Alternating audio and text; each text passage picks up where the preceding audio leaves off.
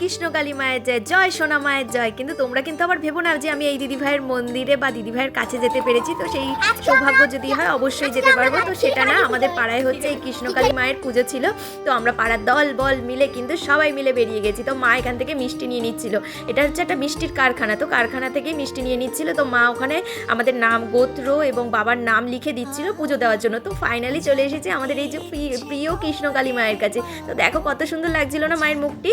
তো তারপরে এই যে খেতে বসে গেছি আমরা সবাই মিলে, এই যে দুজন, দেখো এরা মায়ের কাছে কি চেয়েছে তোমরা শোনো। আমি বলেছি যে আমি যেন বড় একটা ইন্ডিয়ান আর্মি হতে না পারি, আর আমার মার বাড়িতে যেন ঝগড়া না হয়। কৃষ্ণকালী মা যেন অবশ্যই ওদের মনের ইচ্ছাগুলো পূরণ করে।